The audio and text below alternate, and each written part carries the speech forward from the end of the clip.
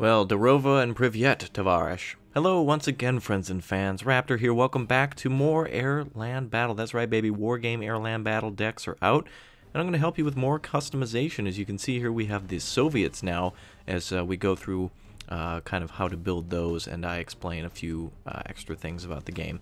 So, anyway, I will again cover custom decks, meaning the specialized decks, a little later. But for now, I'm going to go through the basics of the Soviets.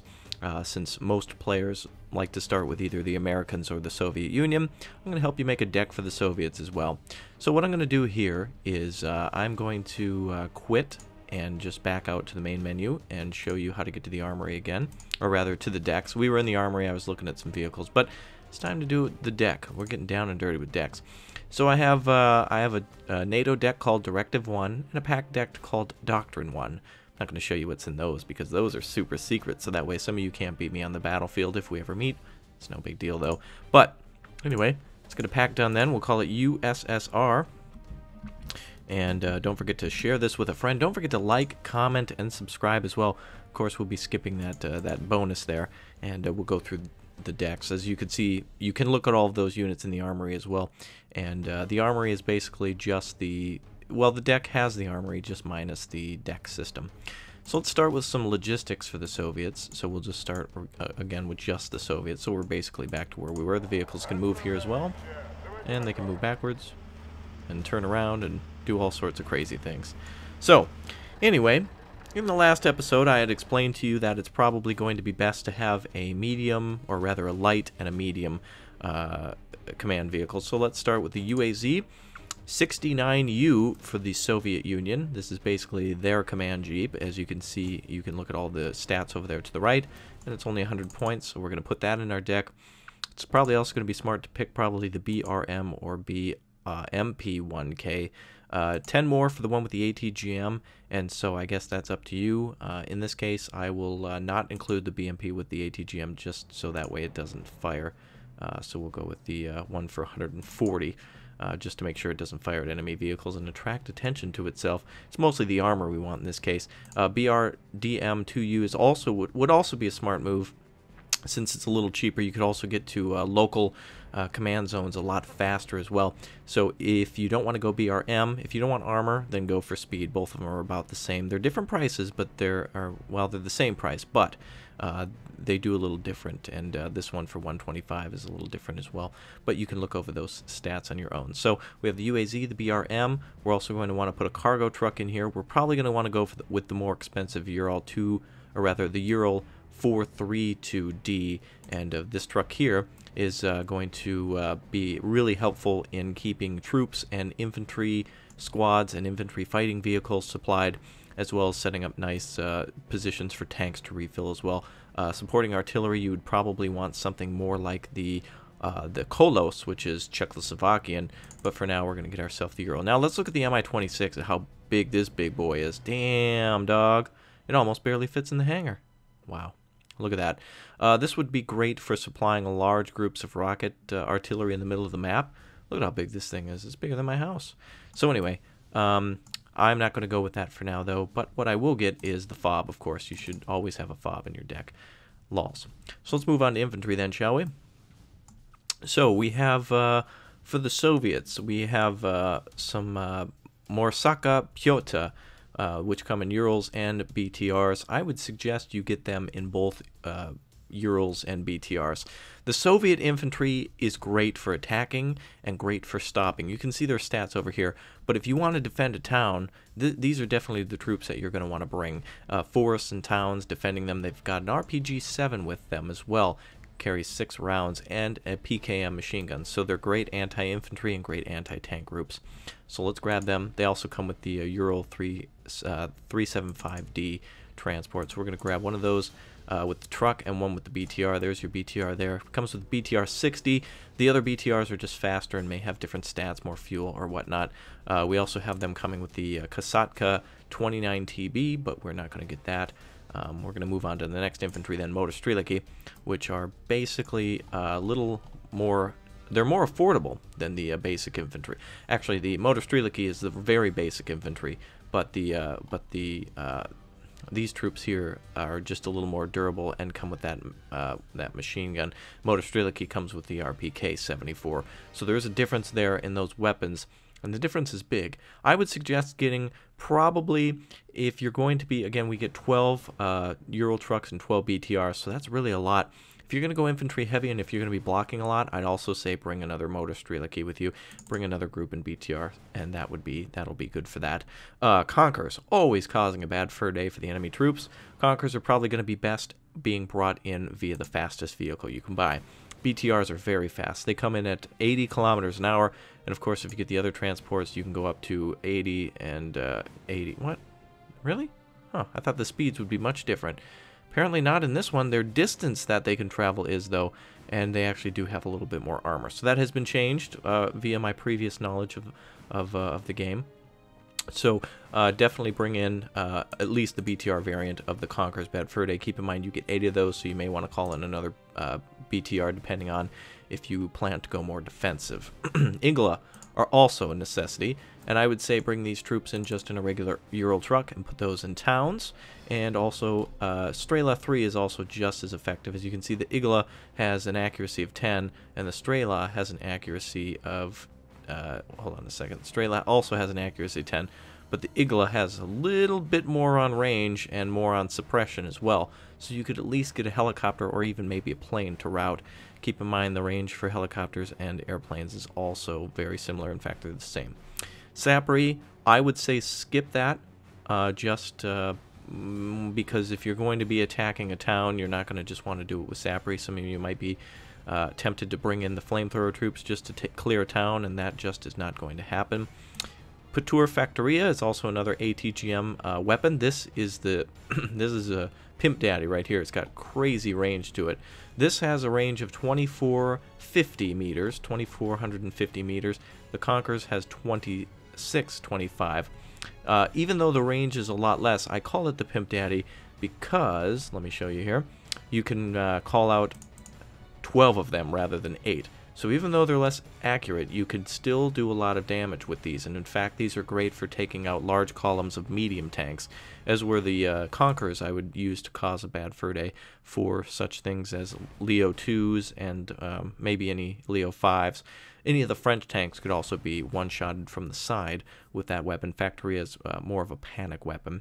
You have Spetsnaz as well. They come in via the Ural trucks as well, BTRs, different BTRs as well. What the hell is this? A robot? Whoa, that thing is Lowrider right there. That is, wow, Lowrider. This is a little higher. So they get some specialty vehicles with them as well. Very good classified infantry. VDV are also classified as more advanced infantry. They get the RPG-16D. Very good range, very good accuracy as well, and good suppression for them as well. Consider these, the VDV is the Soviet, it's their airborne faction, but you could consider them to be just the same as Marines, and I would consider Spetsnaz to be their Delta Force if you don't really know much about Soviet infantry. Anyway, let's get some VDVs with the, let's see, let's go. Wow, look at that crazy thing. Oh my god. Alright, let's go with this. It's only 20 points, by the way, for that crazy beast right there. By the way, this is the BTR ZD Zikrazit, which is basically an AA. Look, you can even see the little chairs on the back. Oh, that's great. That's awesome. So, infantry is done. Let's move on to support. Infantry, by the way, is very important for the Soviets because you can do a lot of defending and attacking with it. Unfortunately, if you're attacking or defending, infantry dies. As for, oh, by the way, we have our Gadzooks here. Some of you tell me how to say, oh, this is the Godzilla, rather. This is Godzilla. Yes, Godzilla, I love it. Oh, I love giving things custom names. Basically, for the Soviets, though, let's start with AA. You're going to definitely want Tunguska. You're definitely going to want Akatsia artillery as well. This is similar to the M109 weapon system. Basically, this is very good at medium to close range engagements. So if you're going to try to kill or slow down enemy troops coming close to a city, you're definitely going to want to use that. Pion and Melka. Pion and Melka are two big boys with long range. Only fire these if you have corrected shot. So if you know what you're doing and you have a recon chopper going deep and you're trying to kill an enemy command or perhaps take out some AA, this is the boy for you. Of course, the great thing about artillery is it's basically like calling an air support, except it can't be shot down. So for you, Noobs out there who don't know what you're doing, I would say keep with just the Tunguska and the Akatsia, but if you want to mix it up, go ahead and go for the Peon or Melka. Keep in mind, these units are hardened, and you only get 2 of them, as well as you get 3 and 1 of the Peon. We also have mortars, rather. I was going to say ATGMs, but these are mortar systems, which are great against infantry. This is a very cool looking weapon, by the way. This is this is great. This is kind of like it's like a mini howitzer in sorts. You could call it a mortar, but it actually is kind of a mini artillery weapon. And of course, you have your Nona here. No. That's right, little bone thugs for you. 120 millimeter heat. This can also fire at ground troops directly. So if units are coming at it, it can direct fire on them without having too much of a worry for range. Now let's get to more AA. This is Speedy AA, by the way. Speedy AA, by the way. If you are moving a convoy up fast, these are the units you're going to want to bring up. The OSA is a very good AA unit. I would say go mid-range on this. The lowest one only fires 7, but this is very good, especially against helicopters. I wouldn't recommend this taking down airplanes, but keep in mind with the little R in the right-hand corner, this can be destroyed by enemy aircraft. Let's zip along here then. I will quickly cover some things. The Buck is a long-range AA. You're probably going to want to go for the best of the best with this, especially to shoot down NATO airplanes. They are expensive. Strela, according to what I know, can fire on the move. You have a Strela on a BRDM and a Strela on a different chassis as well. These are, again, great mostly for helicopters, I would say, but keep the Bucks for any aircraft, and maybe the best OSA for aircraft as well. Alright, moving on. We're only going to go with the OSA and the Buck. Jurgen and the Grad are also very good. Grad is more for anti-infantry, maybe if they're out in the open, and the Urgen is also good for that as well. Also stunning enemy units. Keep in mind these are 220 millimeter, as where this is 122. So if you're trying to kill something big, go for the bigger artillery. It pretty much makes sense.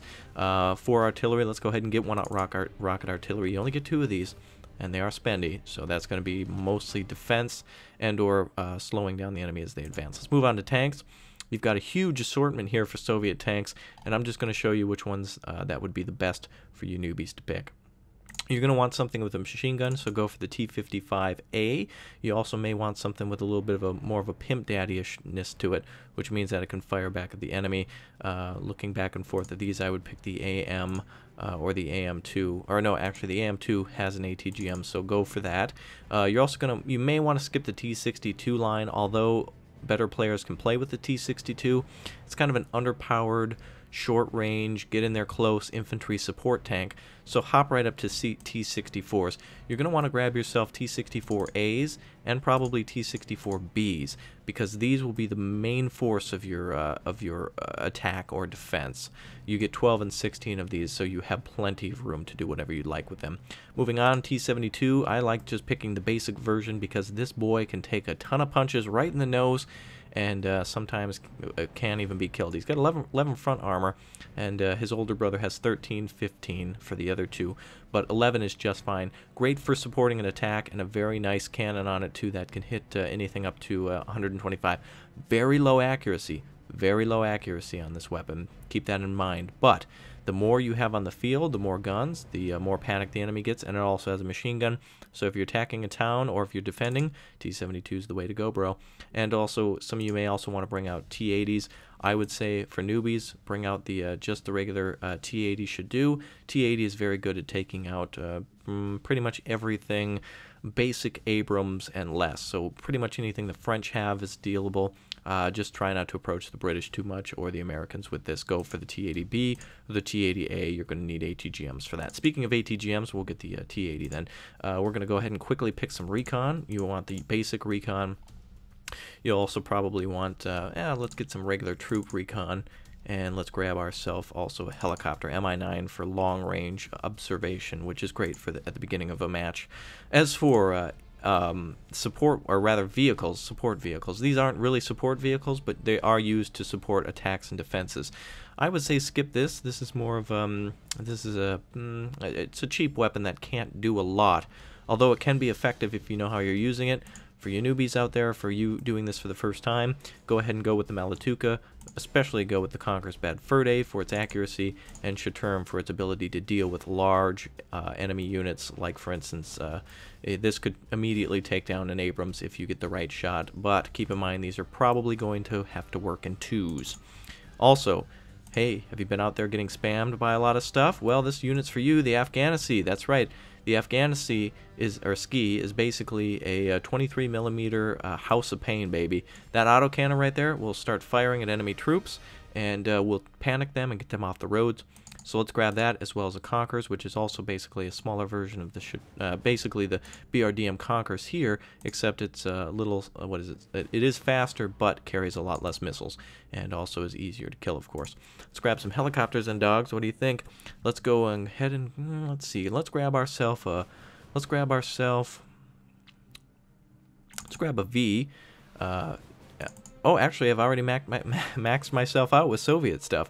All right, so in this case, I would now, what a good thing to do would be to go back and probably clean out a little bit of the infantry then. I would say if you're traveling with a lot of AA, you probably won't need the Igla in town, and you could probably get rid of the BTR-based whatever, and have the motor Strela be on the front line. So try to decide between those. But yes, I will get the V, and I also for planes. Now, planes for the Soviets is very diverse, and I would say go with an interceptor and go with a bomber. So for instance here, I would say go with a basic bomber, 60 points. You can do a lot of damage with these, and you get 2 of them. So keep in mind, you can definitely support an attack, even with the basic bombers. Do not judge them by their age. Also, another good interceptor would be the MiG-25 BM. It's a very cool unit. It's got good stealth, and it also has some infrared missiles on it. It's pretty basic. It does have anti-radar and infrared missiles on it as well. So this thing can kill enemy Rolands as well as taking out enemy planes.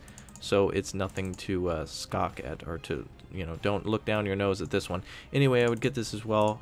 If I were to clear some more things out of my deck, I would say then get rid of the T-55As and go for back to planes and grab yourself the BM. Alright, so now we have things to destroy things in the air and on the ground, to defend and attack. So anyway, that's the basics. And friends, I noticed a lot of you commenting down below in those other videos about specializations and stuff. Continue to do that.